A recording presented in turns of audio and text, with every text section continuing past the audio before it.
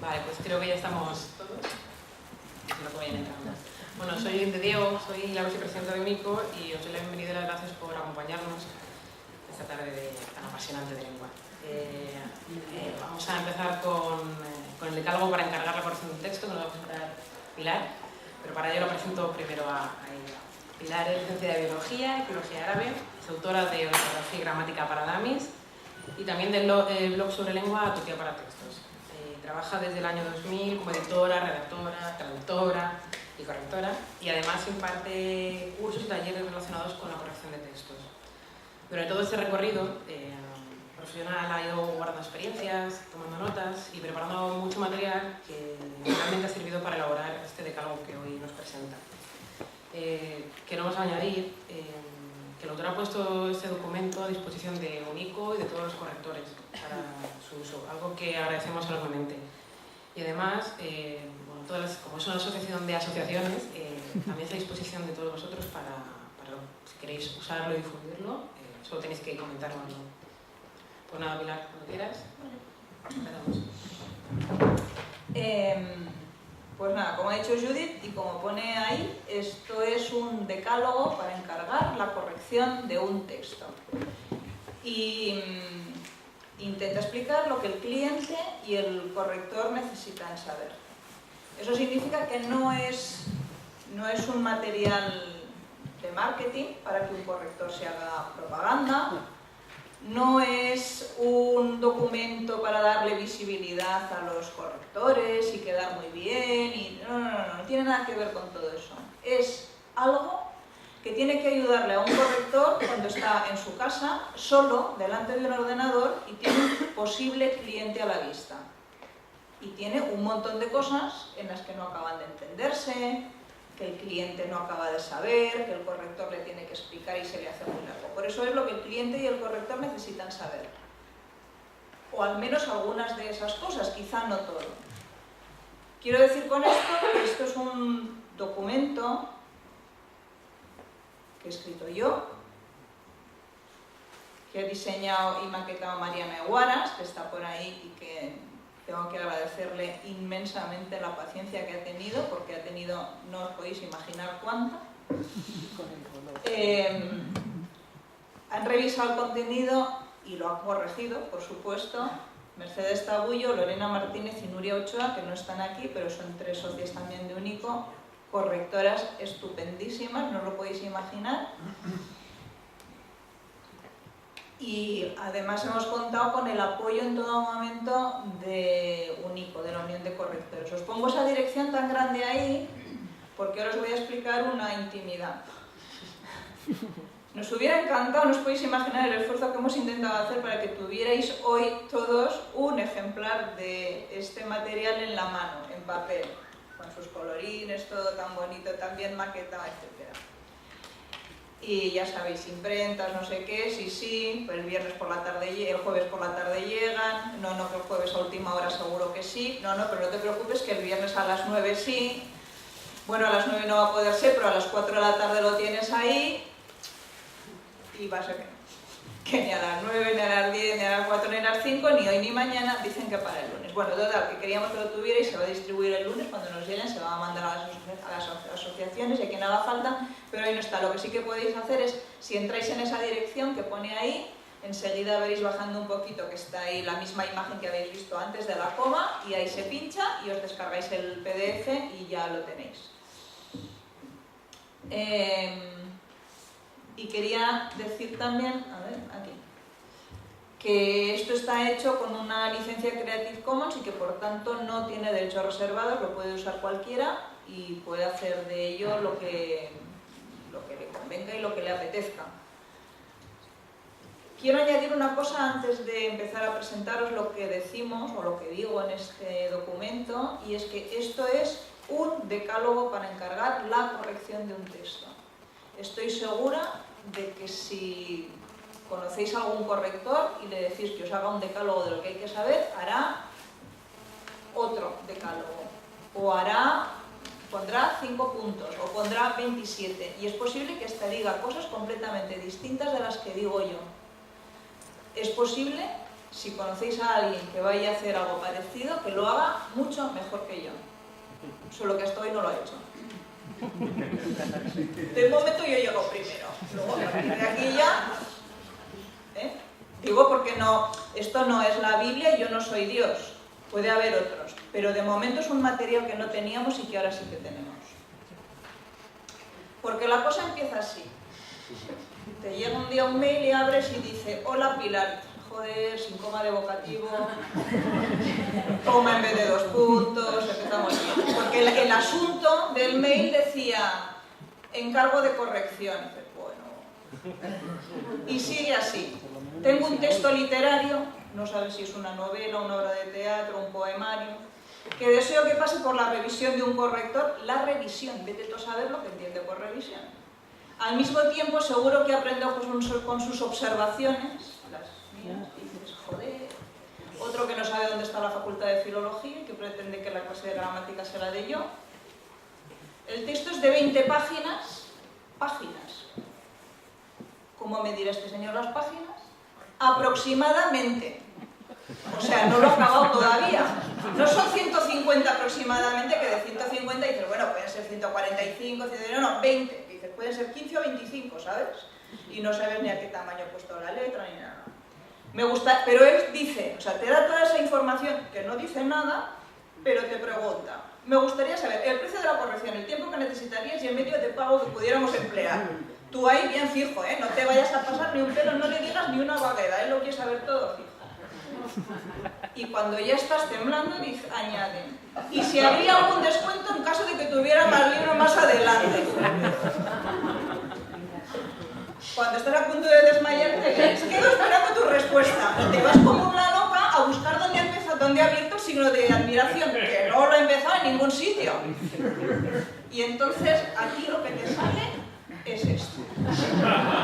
Es esto, no es otra cosa. Pero como eres una profesional, dices, no, yo te tengo que coger, porque es un posible curro, y entonces algo hay que decirle a este buen hombre. Y eso significa que tienes que empezar a hacerle preguntas: la longitud del texto, para cuando lo quiere, qué tipo de revisión, lo ha llamado revisión espera. Hay un montón de cosas que él no te dice y es posible que no las diga porque no las sabe. Eso es muy posible. Pero que a ti te va a hacer perder muchísimo tiempo. Todo ese tiempo, al final, cuando llevas muchos años, pues todos los correctores tenemos unas plantillas, unos correos de respuesta que ya tienes modelos y tal, pero nunca acaba de ser todo. O sea, nunca tienes el que es perfecto para cada cliente que te escribe con una cosa de ese tipo, con un mail de ese estilo. Y con esos materiales que yo iba acumulando de contestar correos de ese tipo y propuestas de editoriales, ojo, no son solo clientes, y propuestas de editoriales parecidas, al final tienes una cantidad de información que dices, es que ciertamente hay clientes que necesitan saber algunas cosas antes de encargar una corrección. Y ahí es donde vamos. Así que si ha decidido que a su texto le conviene una corrección y no sabe cómo encargarla, ni a quién, esta guía puede serle útil. Pero, atención, si eres corrector y tienes que explicarle a un cliente potencial en qué consiste cada tipo de corrección o cómo se factura, aquí encuentras las respuestas elaboradas. Es decir, esto es una herramienta de comunicación entre cliente y corrector y puede ser útil tanto para el uno como para el otro. El índice de... nunca sé si llamarlo folleto o... no sé cómo llamarlo, opúsculo, bueno, la guía está. Documento de trabajo. Documento de trabajo. Un poco largo me queda, La cosa está dividida en 10 puntos, es un decálogo, hasta aquí nos llegan los correctores, y es esto. Empieza explicando por qué contratar a un profesional para corregir un texto. La clave aquí es profesional, esa es la palabra clave en este apartado. En qué consiste la tarea del corrector, el proceso de mejora de un texto, los tipos de corrección, cómo se presupuesta, cómo se factura, cuánto se tarda, cómo saber si un corrector es idóneo para mi texto, las posibles especializaciones y finalmente un sí, voy a contratar un corrector profesional. Así que vamos a empezar por el principio. ¿Por qué contratar un profesional para corregir un texto? Pues primero, yo esto lo he oído más de una vez. Yo he escrito una cosa y... La gente a veces dice, he escrito un libro y dice, ¿y lo has corregido? Dice, no, se lo ha leído un amigo mío que le gusta mucho leer y se lo ha leído muy despacio. ¿Se lo ha leído despacio? Claro, o te dice, no, pero yo me lo he repasado muchas veces. Supongo que todos sabéis que cuando has leído, si lees una vez árbol con H y con V y no te llama la atención, lo puedes leer 100 veces, no te va a llamar la atención ninguna de las 99 restantes. O sea, lo que no ves a la primera ya no lo ves. Para corregir se necesitan ojos frescos y entrenados. Y luego hay un aspecto muy importante que es que si no se percibe que algo no está bien, no se mejora.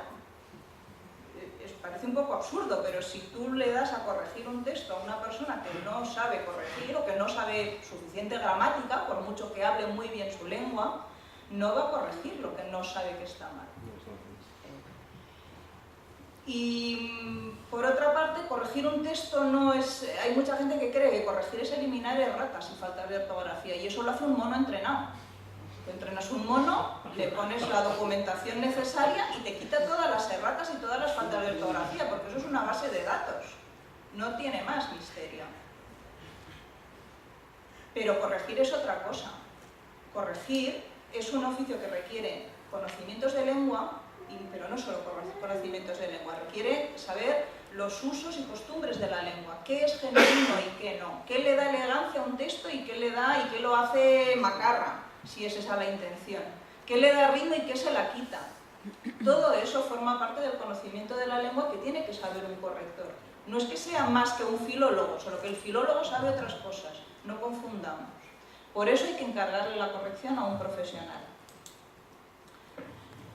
¿En qué consiste la tarea del corrector? Pues las normas son el principio, no el final. Lo que os acabo de decir. La normativa es el principio, es lo que se lo enseñas a un mono listo, un robot, un corrector de aparato, digo, y si eso lo haces bien, corrige solo.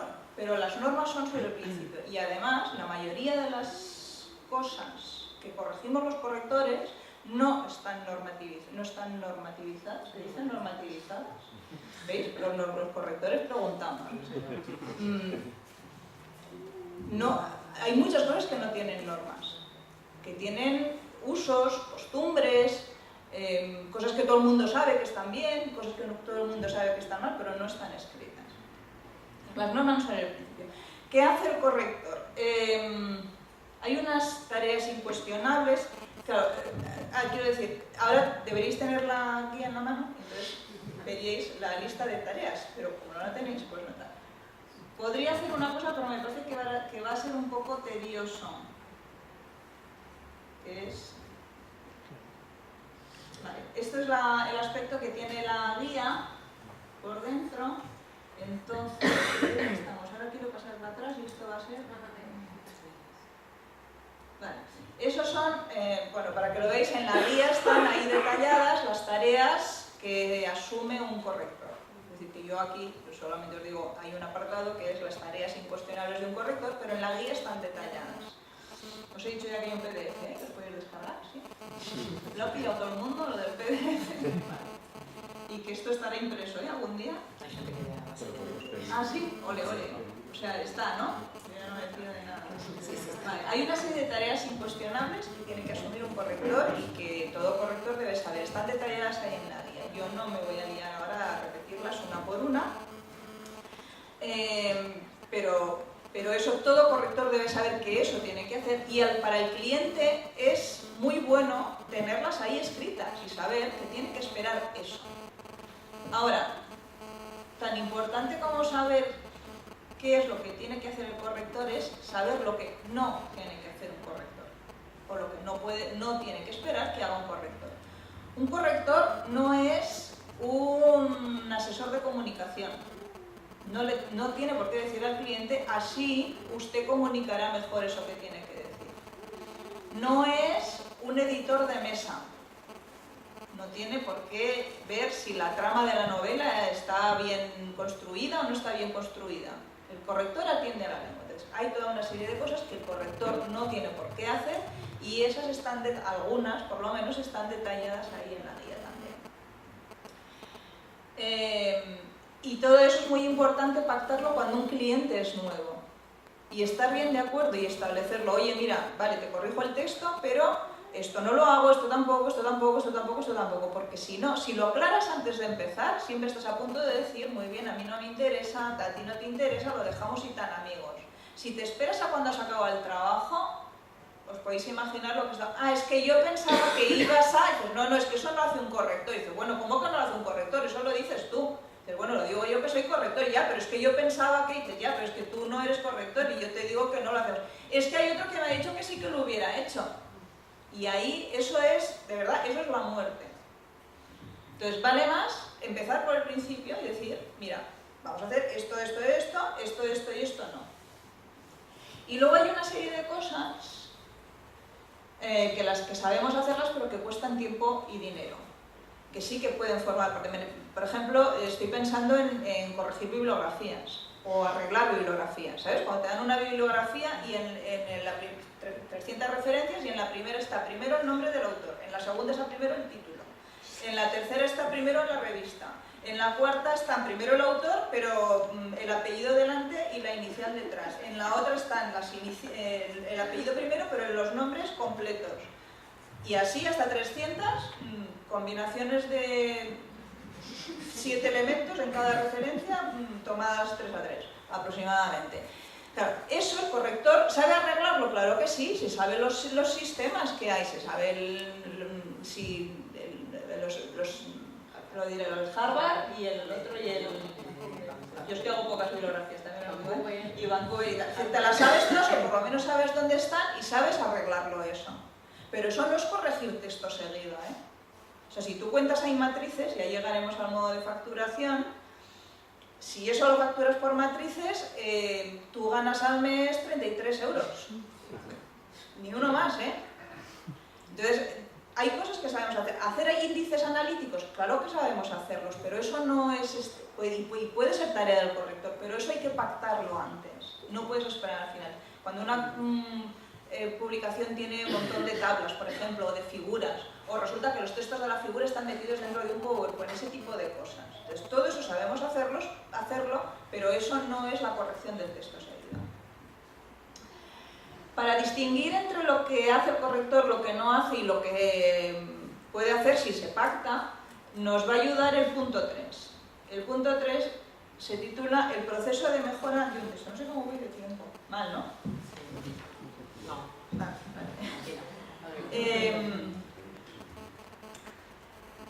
En el proceso de mejora de un texto se empieza por la edición. La edición es el misterio de la edición desaparecida, tragedia de muchos actos. ¿Qué quiero decir con eso? Que yo que tengo unos años, bastantes, cuando empecé a trabajar en esto, no había texto fuera de lo que fuera que no pasara por la mesa y por las manos y por la cabeza de un editor. Y el editor era el que lo leía y hablaba con el autor y le decía, esto no está bien, mira, se repite este párrafo aquí, no sé qué, el léxico que usas no es adecuado, le vamos a dar la vuelta, no sé qué. Trabajaba el contenido, trabajó con el autor o con el traductor, o a veces no, y lo tocaba solo. Pero desde luego trabajaba el texto antes de meterse en las minucias de la lengua. Eso ha ido desapareciendo. A mí ahora no me llega, de hecho, el editor, la persona que está en la editorial o en otro sitio, yo trabajo más con editoriales, el editor del sello, lo que hace es, iba a decir llamarme por teléfono, ya ni eso. Me manda un mail con el Word adjunto y me dice, corríjamelo, porfa. Y dices, joder. Entonces, el día siguiente le mandas otro correo y le dices, oye, en el libro ese es que no sé si es un extracto del original y tal, porque el capítulo 2 no está. Y dice, ah, no, perdona, ¿tú lo sabías? Dice, no, te lo mandé sin abrir ni nada. Verás, es que soy el corrector lingüístico. O sea, no soy el autor, no soy el traductor, no soy el editor. Hay una serie de personas ahí que, por cierto, suelen figurar en los créditos, el corrector no. A ver si ahora me voy a tener que hacer yo cargo de lo que dice el texto y de que estén todos los capítulos. Entonces, el editor ha ido desapareciendo y eso es un problema gravísimo, porque luego tenemos que asumir la tarea entre traductores, si lo hay, y correctores. Vale, corregir no es editar. Y ahí, por eso hay en el... A ver, ¿esto es lo que dices? Sí. Vale. Ahí, ¿veis? Corregir no es editar, ahí hay una explicación de lo que es corregir y lo que es editar, que no le corresponde. Y hay un ejemplo, en toda la guía va viendo pequeños ejemplos de lo que se está diciendo. Y este es real, era una novela, creo que era a finales del siglo XIII o siglo XIV o algo así, estaban en Gales y en todos los capítulos, en todos, salían comiendo patatas. Yo era la correctora de lengua y allí ponía que los lugareños comían patatas y sujeto bien concordado con su verbo, el complemento directo bien, sin preposición tal. ¿Qué hago yo? Pues tiro para adelante, porque es que no hay eso no tiene un pero ni gramatical, ni de puntuación, ni de nada. Pero yo, que soy buena, aunque no lo parezca a veces, le llamo al editor y le digo, oye, tienes un problema, y es que estos comen patatas antes de que Colón se pusiera pantalones largos. Estaban 100 años, ¿sabéis? Para ir a América, entonces patatas en Gales, como que no. Vale, eso se soluciona, se cambia por nabos las patatas y no sé qué más, pero eso no le toca al corrector. Eso es trabajo de edición. Es el editor el que se tiene que ocupar de eso, el corrector no.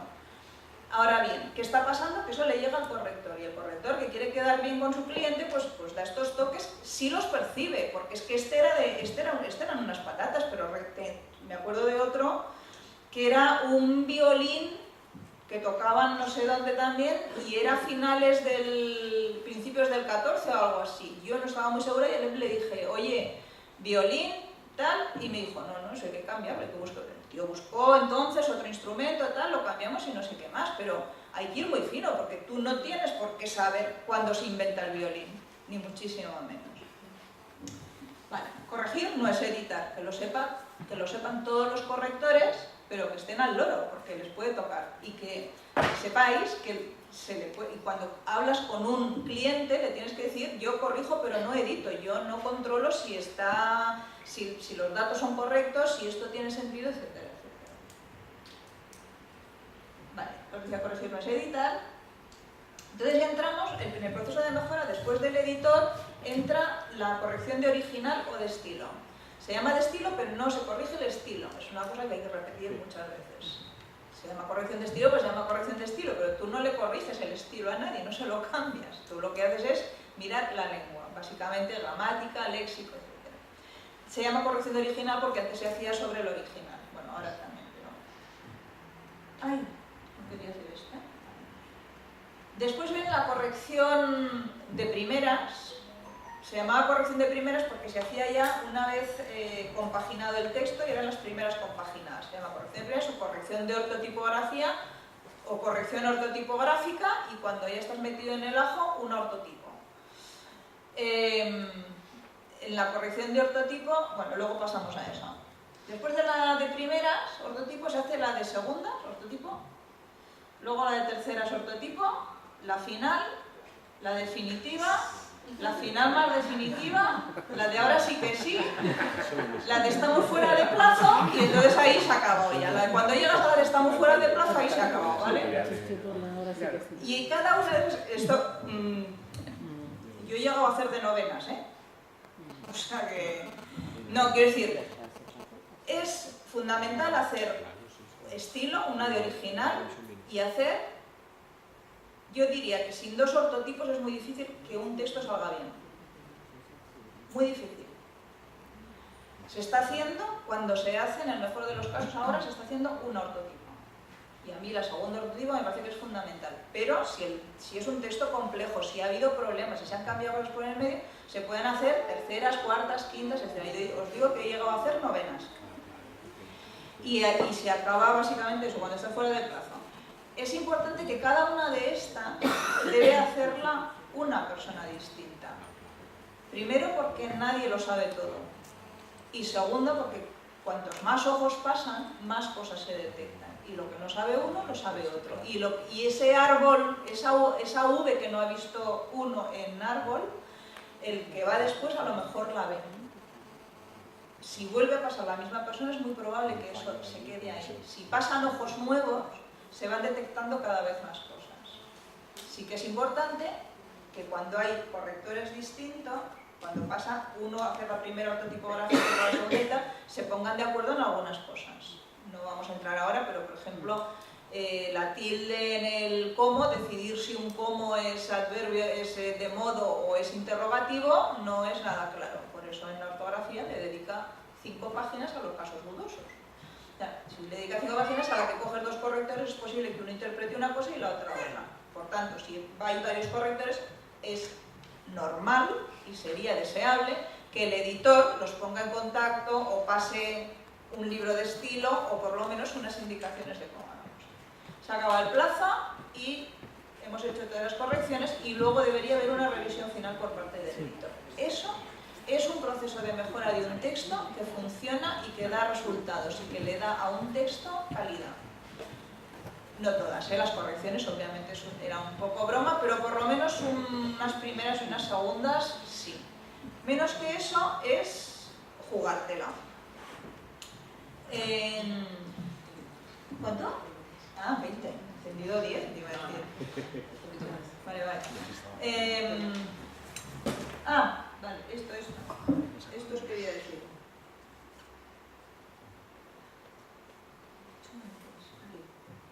Vale. Rápido, ¿alguien ve algo?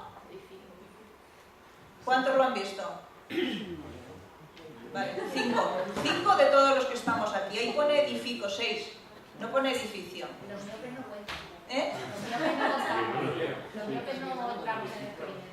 ¿Por qué? Pero Pero si no no se tiene las ve. gafas puestas. Pero eso quiere decir que se limpia.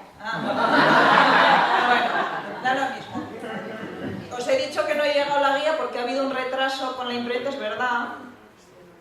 Solo que el retraso se debe a que tuvimos un problema previo. Esto es la última página de la guía. Pasamos 5 personas leyendo esto. Y no lo vio nadie. No lo vio nadie, ese chico. Bien, ¿por qué? Entre otras cosas porque teníamos prisa, porque había que entrar en imprenta, va, léetelo, dale el último repaso. Mira que esto fue una cosa que se añadió al final, que se me olvidó decirlo. Se añadió al final, míralo tú, lee rápido, devuélvemelo en media hora que tengo que llamar para dar el ok. Y lo vimos 5 personas y no lo vio nadie. Y llegamos a imprenta y cuando íbamos a entrar en máquinas, para, alguien dijo, que hay una errata ahí. Por eso es importante que pasen con las más personas mejor y que pasen con calma. Corregir deprisa es corregir mal siempre. Vale. ¿Por qué he vuelto aquí? No, me estoy dando con nadie. Vale. ¿Vuelve a aparecer esto? Vale. Los tipos de corrección. Los acabamos de nombrar, pero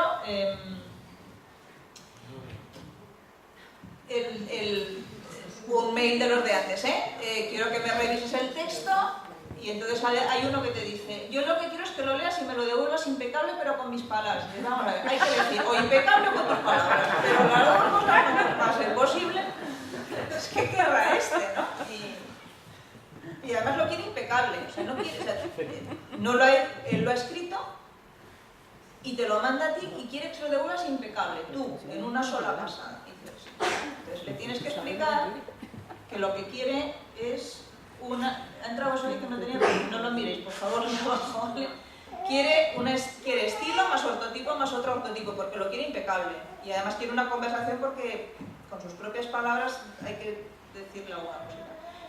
Hay otro cliente que te dice, como me dijiste que el ortotipo va después de la de estilo y es más barata, entiendo que en la de estilo lo haces todo, ¿no? Entonces tienes que decirle que quiere una de estilo más un ortotipo, o a lo mejor hay que decirle que no le puedes hacer el trabajo, porque decididamente lo que quiere es que le salga barato. por encima de todo lo demás. Hay otro que te dice, ¿arreglarás las posibles incoherencias de los personajes? No. Y dices, es que vas a querer una edición de narrativa, mira que te digo. Hay otro que dice, encárgate de comprobar los nombres en latín de las plantas. Me suena, pero eres bióloga. Y dice, vas a que lo que quieres es una revisión de contenido especializada. Claro. Yo sé que la amapola se llama papaverreas, pero lo sé porque me costó 5 años de carrera. Bueno, lo aprendí en segundo, pero... ¿Vale? Es decir, no le toca al corrector hacer eso. Quiere una revisión de contenido especializada. Como sabes árabe, puedes corregir si se dicen así las horas de oración y cómo hay que escribirlas. Vale. O sea, tú quieres revisión de contenido especializada más ortotipo muy especializada. Tienes que ir haciendo diagnóstico de qué es lo que quiere, porque los tipos de corrección son distintos. Y luego está este, el de te mando el original y así puedes comprobar esto. Te mando una traducción, te mando el original, si tienes que corregir la traducción de un libro y dice te mando el original y así puedes comprobar. Y dice, a mí no hace falta, porque yo no voy a hacer me estás encargando una corrección lingüística, no una revisión de traducción. A mí me encanta, a ver, me manejo con algunos idiomas y tal, pero claro, me acuerdo uno que me mandó en alemán y dije, pues me puedes mandar eso o, en fin, no sé, o el original del libro rojo de Mao, porque me va a dar lo mismo. O sea, revisar no es corregir, o al revés, corregir no es hacer revisión de traducción, os hablarán luego de esto, pero es otra cosa revisar una traducción. Y el original, puedes ir a mirar algo, si ves que hay un salto ahí, dices, joder, pues igual falta aquí 2 líneas, eso puede ocurrir así, pero no tienes por qué ir comprobando un original todavía cuando estás haciendo corrección de lengua. La corrección de estilo, ahí en la guía tenéis una lista de cosas que se hacen en la corrección de estilo, ¿vale? Pero esto es un ejemplo. Te encuentras una frase así, no es tu culpa haber tomado el camino equivocado. En esa frase no hay absolutamente nada incorrecto, ni gramaticalmente, ni en cuanto al léxico, no hay problemas de puntuación, las mayúsculas y las minúsculas están en su tipo. Pero eso hay que corregirlo si tienes una corrección de estilo. Porque ahí hay por lo menos 2 calcos, uno léxico y uno sintáctico. Un corrector eso lo transforma en esto. No es culpa tuya, no es tu culpa, es it's not your fault. Pero eso es inglés. Con lo que esa frase de ahí arriba, lo que es inglés algemiado. ¿Sabéis lo que son los textos algemiados? Bueno, eso vaya a explicar otro día, luego en el café, sí, eso. O sea, tú vas cogiendo las palabras, tal cual te las llamas y dices, it's, ello, luego lo quitas el ello. No, dices, no es, your, tu, fault, culpa. Yo le hago también traducción por descendimiento, bajando las palabras. Entonces, es exactamente eso. Es decir, ¿está mal no es tu culpa? No, pero eso no es español genuino, eso no está bien dicho. Y el corrector de estilo tiene que cambiarlo. Haber tomado el camino equivocado, los caminos no se equivocan. Se equivocan las personas al coger el camino. Puedes decir, no es el camino más adecuado, no es el camino que necesitabas, el que tenías que tomar, o no es culpa tuya haberte equivocado al elegir el camino. Pero el camino equivocado es the wrong way. Otra vez un calco. No hay nada mal en la frase de arriba, pero el corrector de estilo eso tiene que cambiarlo, porque si no, no está haciendo su trabajo. No se trata solo de aplicar normas. La corrección ortotipográfica hace bastantes cosas, algunas de las cuales si ese libro pasó por una buena corrección de estilo se han cambiado ya. Esto, aquí sois todos profesionales de una cosa u otra relacionada con textos y supongo que esto lo habéis visto 25 veces. Te llega esto y si te llega según de quién, pues está bien. Pues alguien dice menos 17 grados y escribe menos como buenamente puede y grados como buenamente puede. Ahora, el corrector de ortotipografía tiene que saber que eso hay que transformarlo en esto. Que el signo menos no es un guión, ni siquiera es una raya, es un signo. No es una raya, insisto, es un signo matemático que es el menos. Y que los grados centígrados tienen que ir separados por un espacio fino e irrompible del numerito, y que esa cosa que parece un cero pequeñito no es un cero pequeñito ni una O voladita, es el signo de los grados Celsius. Eso el corrector de ortotipografía tiene que saberlo y lo tiene que cambiar. Esperaban 25.000 soldados. Pues la gente le pone ahí un punto y se queda tan contenta, y está muy bien que la gente escriba así, si no tiene por qué saberlo. Ahora, si trabajas en algo relacionado con la lengua, o si te toca hacer una corrección, sabes que ahí tienes que poner un espacio irrompible y, a ser posible, fino. Porque si no lo pones fino, a la que se maquete, cuando se estiren y se encojan las líneas, ese espacio también se estira y se encoge. Y el 25 puede quedar aquí y los 0, soldados allá. Entonces, hay que saber, si eres corrector de ortotipografía, tienes que saber cómo se pone el espacio fino y irrompible ahí. O si estás haciendo un en papel, detectar que eso no es un fino y irrompible y marcarlo y decir, ojo, aquí, espacio fino y irrompible. Eso se hace en la corrección ortotipográfica. Ojo, no quiero decir, si estás haciendo un estilo y te encuentras esto, joder, cámbialo, porque es trabajo avanzado y forma parte de eso. Ahora, si estás haciendo un ortotipo, atiende a esto. Lo que no tienes que hacer cuando estás haciendo, lo que no haces cuando haces ortotipo es atender a lo de arriba. Si eso de arriba, si la gramática y el léxico no lo han cambiado en estilo, en ortotipo, no, eso nada.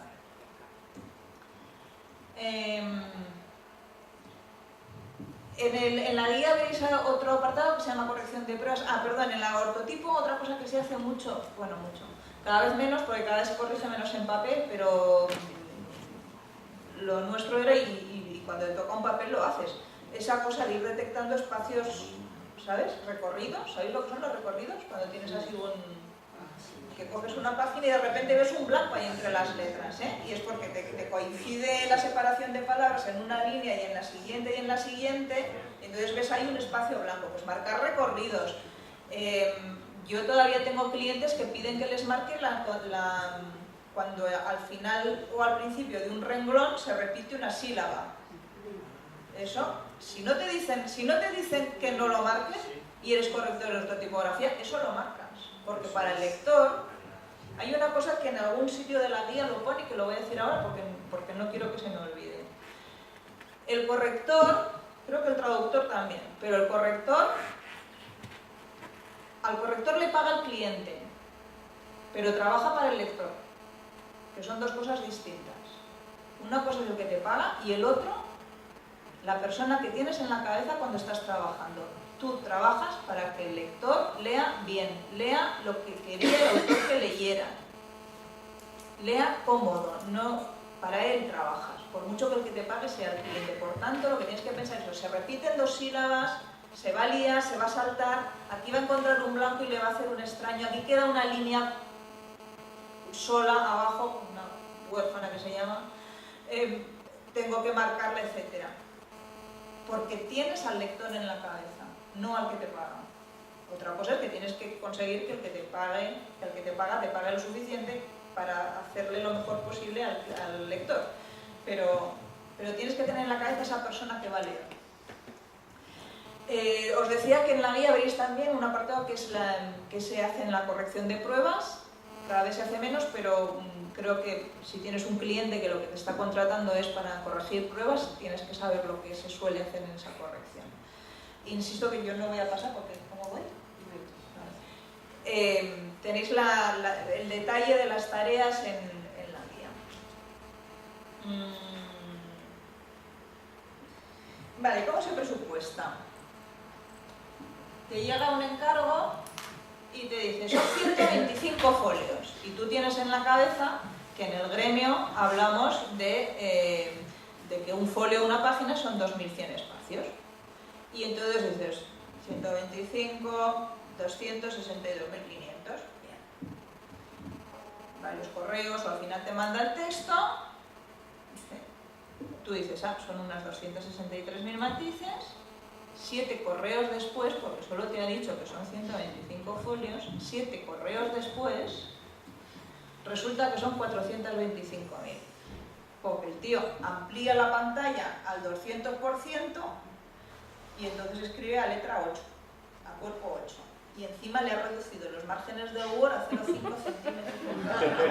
Claro, son 125 folios, sí, pero los folios te duran, son 425.000 matrices. Matrices entiende todo el mundo lo que son, ¿eh? Caracteres con espacios. Cuando tú entras en el Word a contar, digo el Word porque yo uso el Word, lo siento, pero no se paga Windows, que más quisiera yo. Caracteres con espacios, o sea, una letra, eso se explica en la guía. Eso para el cliente, porque os acordáis que os he dicho que esto es una herramienta de comunicación con el cliente, está explicado ahí, hay un apartado que es el que viene ahora, cómo se expresa la longitud del texto y explica ahí lo que son matrices, etcétera, etcétera. Porque esto tiene que servir para que el cliente te dé la información necesaria. Tú cuando te dice son 125 folios, le tienes que poder decir, mira, te mando esto, léete el apartado cómo se expresa la longitud del texto y así hablaremos en los mismos términos y ahí se explica, pues mira, abres y donde pone caracteres con espacios, esos son matrices, si me dices páginas entiendo que son de 2100. Todo eso es lo que explica esta guía, ¿eh? Entonces, matrices son caracteres con espacios. Una letra es una matriz, un espacio en blanco es una matriz. Las tildes no cuentan. Eso es un detallito, que no nos damos cuenta, pero cada vez que pierdes el tiempo en darle a la tecla de una tilde o en quitarla, eso no está contado. Vale. ¿Y el espacio fino que se ha dejado del autor? Sí, los espacios cuentan, sí, los espacios se cuentan todos, sí, los cuentan. Vale, os decía, al final aclaras que son 425.000 matrices, más 60 tablas de unas 10 filas por 6 columnas cada una, hay la bibliografía de 300 referencias. Y entonces ves que no ha pasado el corrector de Word, que no se le da bien la mecanografía y que le gustan mucho las mayúsculas. Se va poniendo interesante y entonces cree que los gerundios dan elegancia. Vale, 125 folios, trabajo ¿no? que mejor no. Y te pide descuento por volumen, claro. Así que la pregunta es esta. ¿Os fiáis de un fontanero que dices, tú llamas al fontanero y dices, tengo un escape de agua y te dice, son 250? ¿Os fiáis? O sea, yo lo que pienso, si me dan un presupuesto sin saber lo que hay que hacer, es que ha decidido lo que va a hacer. Tenga que hacer lo que tenga que hacer. Él ha decidido cuánto tiempo va a dedicar a eso. Es el tiempo necesario para ganarse esos 250 euros. No va a emplear ni un segundo más. Cuando un corrector ávido de pillar un curro lee 125 folios y dice, yo te lo hago por 150 euros, decide cuánto tiempo va a dedicar al trabajo. Ya lo mismo lo que tenga que hacer, lo que quiera, lo que necesite el texto.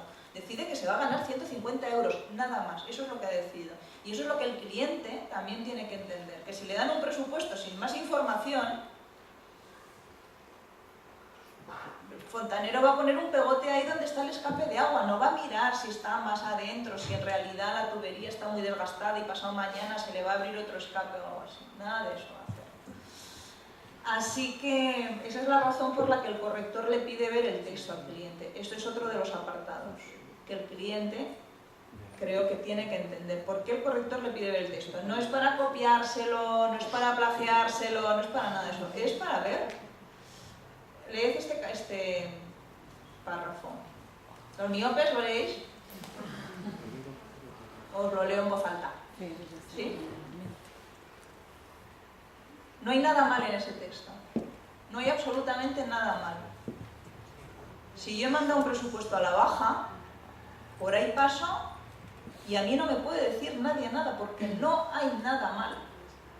Ahora, si quito unos cuantos adverbios en mente, la cosa mejora un poquito. Si quito algunas palabras que se derivan de igual, mejora bastante más.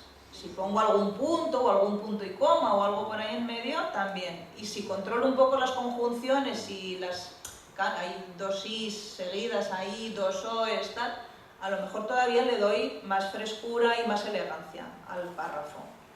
Esos son 4 niveles distintos de intervención. El corrector, el profesional, diagnostica el grado de intervención que necesita el texto y se lo dice a su cliente. Si es necesario, si esto fuera, obviamente es un párrafo que me he inventado, pero he visto parecidos.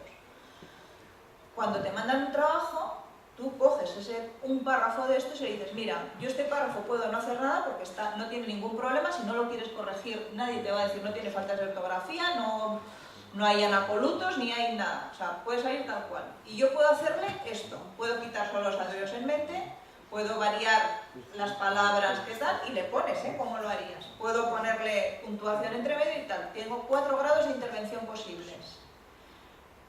Cada grado, y al lado de cada grado le pones lo que cuesta, claro. No, es un cliente, le tienes que dar toda la información. Tú le haces el diagnóstico y le dices lo que cuesta dejarlo cada uno. Y él que decida. Tú tienes que ser honrado y le tienes que decir lo que hay. O sea, no, es que me parece que lo que no vale es decir eso, para levantarme 125 euros para pasado mañana, yo esto no lo toco, pero el cliente me lo llevo yo. Es importante que el cliente entienda, y por eso en esta guía también se le explica, que hay grados de intervención distintos y que puede elegir y que eso se puede pactar con el corrector antes de empezar.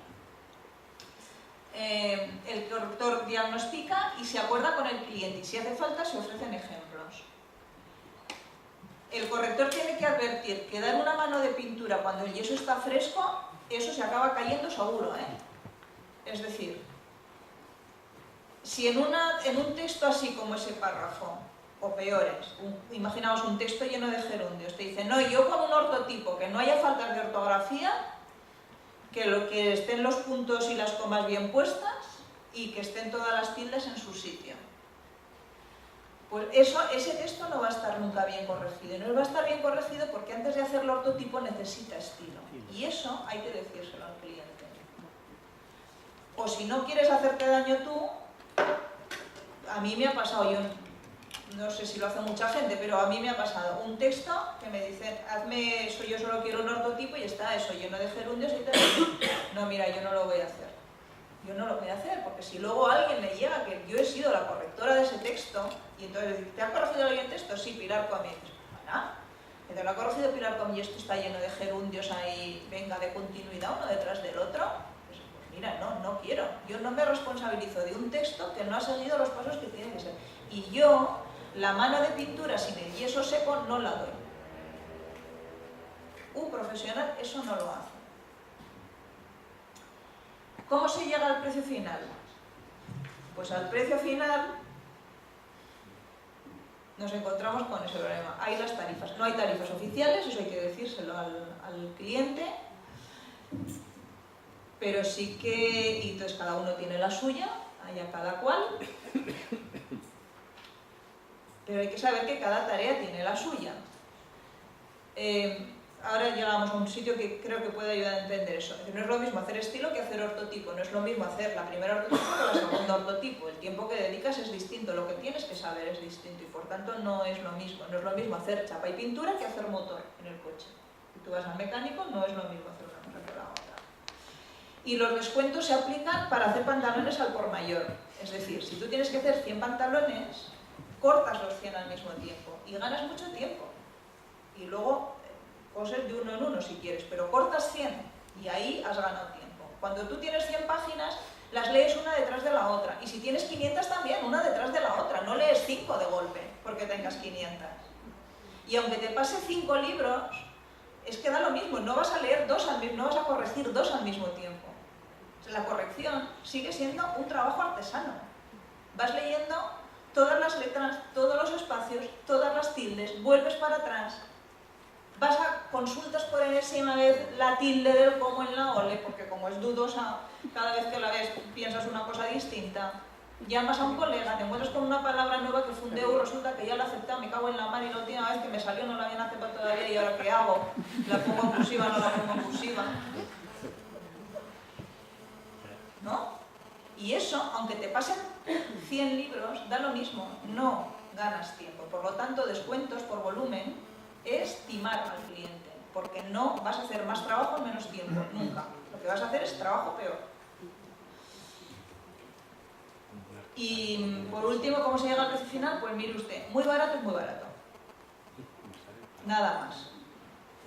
Un cliente tiene que saber que se va a encontrar, si pide varios presupuestos, se va a encontrar uno muy bajo, uno muy alto seguramente, y varios intermedios. Y hay que decidir pues lo mismo que cuando te vas a comprar un abrigo, cuando En fin, en el IKEA hay sofás de 400 euros y otros de 1000, ¿no? Y tú decides cuál. ¿Sirven todos para sentarse? Sí. ¿Eso no es lo mismo? No. Pues las correcciones tampoco. Y muy barato es eso, muy barato. Nada más.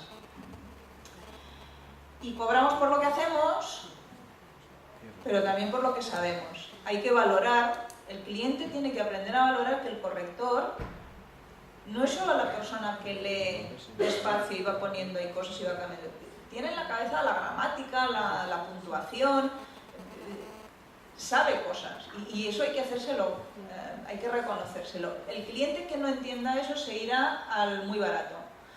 Y esa es una posibilidad, pero también en la mano del corrector está aceptarlo o no aceptarlo. ¿Cómo se factura? Es otra de las preguntas que resolvemos aquí, porque la preguntan muchos, y entonces siempre hay el que te dice, como es un libro, llevará el 4% de IVA, ¿no?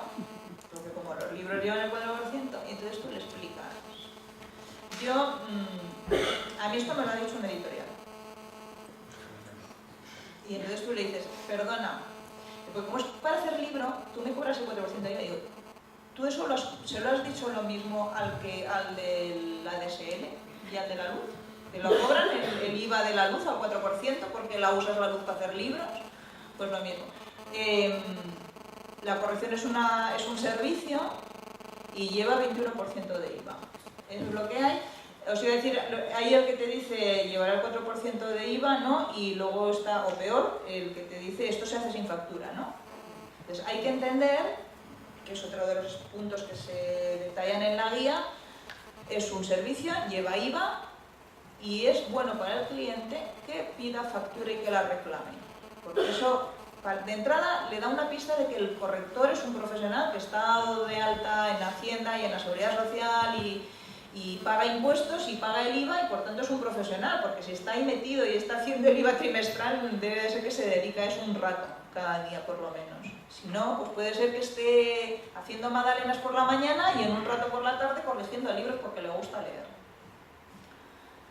Las condiciones de pago, cuando tienes un cliente de mucho tiempo, no hay, si es un editorial así, pues no, las condiciones de pago son las que dice y se acabó.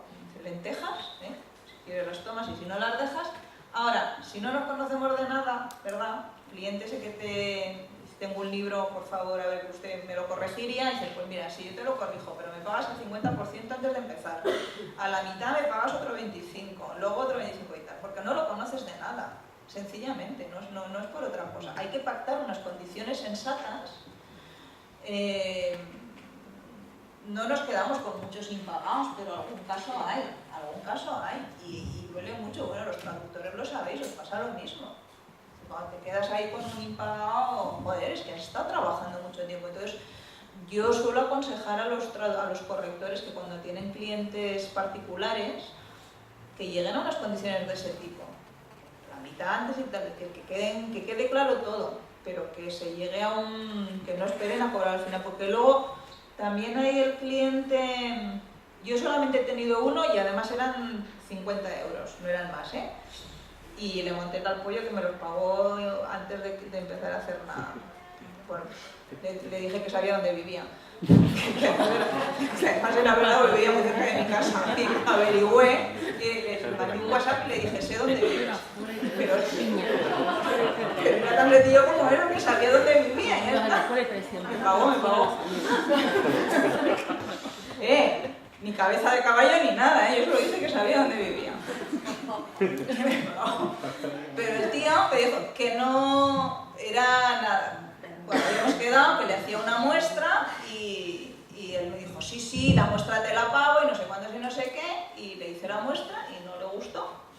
Y dijo, a mí es que he pensado que no me has dicho. Bueno, pues nada, no hay ningún problema. Y digo, dime los datos y te hago la factura. Y me dice, no, pero como no me ha gustado no te lo pago. Y yo, no, pues bueno, esto no era la condición. Las condiciones eran la muestra te la pago y la muestra precisamente era para evaluar si te gustaba o no. Por lo tanto, cabía la posibilidad y tal. Y entonces fue cuando ahí, después de una conversación, ya le mandé un WhatsApp y le dije, sé dónde vives. Y me pagó. Si me necesitáis mis servicios para otra cosa que no sea corrección, esto también se hacerlo. Cuando me ven en persona ya ven que no. Pero por WhatsApp y tal impresionó. Estamos casi fuera acabando. ¿Cuánto se tarda? Tú te llega esto, ¿no? El trabajito de marras, el de las 300.000 matrices. Claro, claro. Cuando dices claro, claro, la tela de araña ya la has tejido, o sea, ya te has caído ahí. Para el lunes, ¡zum! Rayo. Es decir, 425.000 matrices. Bomba. 60 tablas, 2 bombas más, biblio de 300 referentes. Y desde hoy, viernes, tengo 3 días. En 3 días no hace nadie 425.000 matrices. En la guía se explica, hago un poco de coña, pero en la guía hay contenido serio, ¿eh? De verdad que lo hay. Me hubiera encantado que lo tuvierais ahora para que sé que vais a ir de ahí pensando que soy una descerebrada que dice tonterías, ¿no? No, sí, vale. Ahí en la guía se explica cuántas matrices se pueden corregir aproximadamente y se da un rango. En corrección de estilo se pueden hacer entre tantas y tantas, dependiendo de, por supuesto, de cómo esté el original, pero se da un rango. De ortotipo se pueden hacer tantas, por tanto, como mucho de ortotipo te haces 100.000 en un día, pero eso ya, o sea, si comes delante del papel y estás súper concentrado y eso no está muy mal. Por tanto, si se pueden hacer 100.000 en un día y a ti te dan 425.000 para hacer en 3 días, eso no vas a poder hacerlo. Y el cliente es bueno que con este material sepa lo que puede pedir y lo que puede esperar, porque si alguien le dice que de hoy viernes para el lunes le va a hacer 425.000 matrices, lo que le está diciendo es voy a corregir página sí, página no. Eso es lo que le está diciendo. O voy a leer así en diagonal y si me salta algo al ojo, te lo cambio, pero si no, pim pam, pim pam. Porque no hay cerebro humano de corrector que yo conozca. Extra humano igual, pero humano que yo conozca, no. O sea, no se pueden corregir 425.000 matrices en un fin de semana. Por tanto, en cuánto se tarda, hay que calibrarlo bien, el corrector tiene que saber calibrarlo y el cliente también tiene que saber, cuando te hace un encargo y te pide lo quiero para tal fecha, tiene que saber si puede pedir eso o está pidiendo un imposible y cuando le digan que sí, lo que están haciendo es timar. Eso es un misil y eso acaba haciéndose daño a todo el mundo. Hay muchos correctores, lo que mejor vende, es decir, el cliente se puede preguntar, ¿este corrector es idóneo para mi trabajo? Pues hay muchos.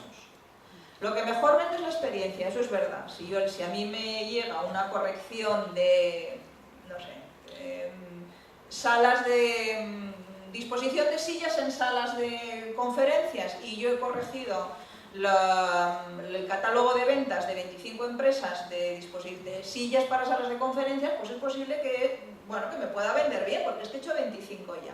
La cosa es si los he hecho bien o he hecho mal, pero de entrada tengo experiencia. La experiencia vende y es una buena información para el cliente, saber qué ha hecho. Pues usted cliente, pregúnteme qué he hecho, qué he corregido hasta ahora, porque para usted es información útil. No sirve de nada inflar el currículum y puede ser un boomerang, ¿eh? Te puede volver cuando eso lo inflas mucho, mucho, mucho y resulta que al final he corregido narrativa para la... corrijo narrativa para la editorial tal. Bueno, hiciste la contracubierta de un libro, ¿vale? O sea, mentira no es, pero ten cuidado porque te van a pillar más pronto que tarde, porque no es verdad lo que estás diciendo. No hay que el cliente no tiene que tener miedo a pedir una prueba. Oye, mira, ¿me puedes corregir una prueba y tal? Y el corrector no tiene que tener ningún recelo a hacerla. Hacer una prueba, el primo no, ¿eh? O sea, 12 páginas no es una prueba. 12 páginas es que te está mandando 12 a ti, 12 a otro, y espera de aquí a la semana que viene tener el libro corregido gratis. Allá él es tonto, porque claro, lo va a tener fatal si le lo ha mandado a 2, si lo ha repartido entre 12. Pero cuidado, o sea, corrector, no hagas el primo, con 2 o 3 páginas, vale. Y cliente puedes pedir, pero hay que ser prudente. Y el corrector dice, mira, yo una prueba sí que te hago, el capítulo entero no. Y además para hacerte, si es una editorial, para hacerte una prueba yo no me voy a estudiar un libro de estilo de 200 páginas. Eso ya luego, si empezamos a trabajar y tal, ya veremos, pero de entrada no es una prueba nada más. Pero la prueba es útil para los dos. El cliente ve qué haces y te puede decir, joder, es que me estás cambiando todas las preposiciones. Y tú le puedes explicar, mira, sí, te las cambio porque es que estaban mal. Y es que no quiero que me las cambien. Pues nada, no te gusta cómo lo hago, hasta aquí hemos llegado. Y tú, corrector, dices, o sea, me va a preguntar por qué le cambio las preposiciones y yo no le voy a explicar el uso de todas las preposiciones de la primera a la última. porque eso es otro negocio. O sea, clases de lengua puedo dar, pero es otro precio y otro horario, no es el de corrección. Así que la prueba es útil para los dos.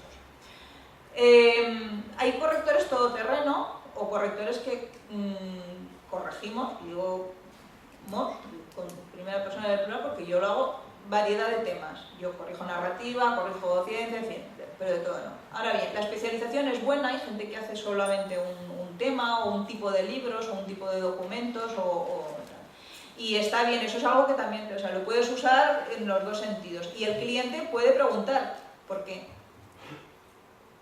está bien ser valiente y osado, pero si no has oído hablar jamás de las fluctuaciones del pH en entornos salobres de lagunas endórricas dominados por la presencia de caráceas, cuando te pasen una tesis de limnología, hombre, no la aceptes.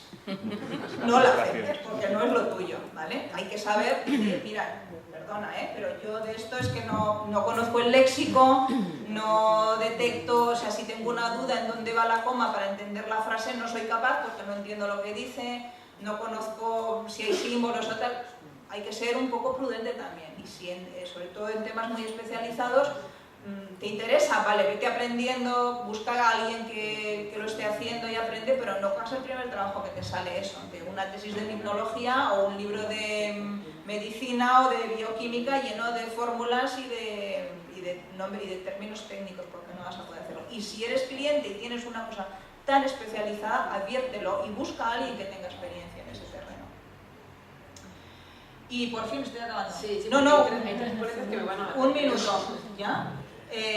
Llegamos al final, 10.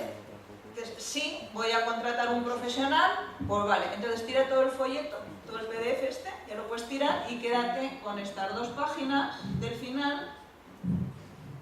¿Seré capaz?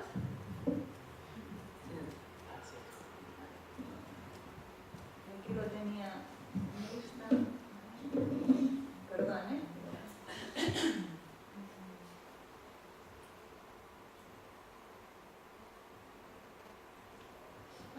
Si el cliente ya ha decidido,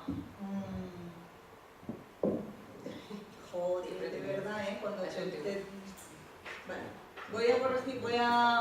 voy a contratar un profesional, tira todo lo demás y vete aquí al final. Una vez que lo hayas entendido, vete aquí al final. Y entonces, antes de encargar el trabajo, léete esos puntos, para encargar el trabajo, detalle toda esa información y al recibir el trabajo, intenta seguir esos puntos también. El último punto de la guía es una especie de resumen muy esquemático de lo que hacer antes de encargar un trabajo, cuando has decidido encontrar un profesional. Y nada más, esto es lo que dice esta guía, este decálogo para encargar la corrección de un texto, y quiero insistir en que lo usen los correctores para dárselo a sus clientes, que si alguien es cliente o cliente potencial de corrección, que lo use también y que está a vuestra disposición para lo que queráis. Ahí se puede descolgar y un día de estos tendremos unos ejemplares impresos. Sí, sí, lo prometemos. Y si hay que preguntar algo, estoy a su disposición.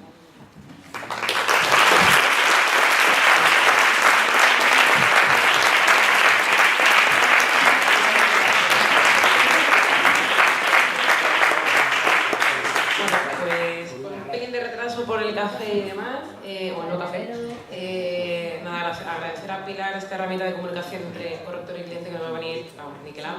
Y bueno, damos 5 minutos para dar paso a la siguiente ponencia.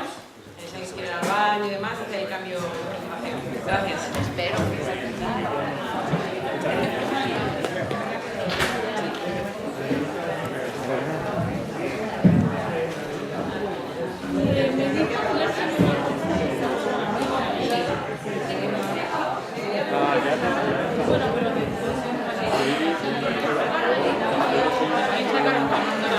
Álvaro, ¿dónde están los libros? Ahí detrás.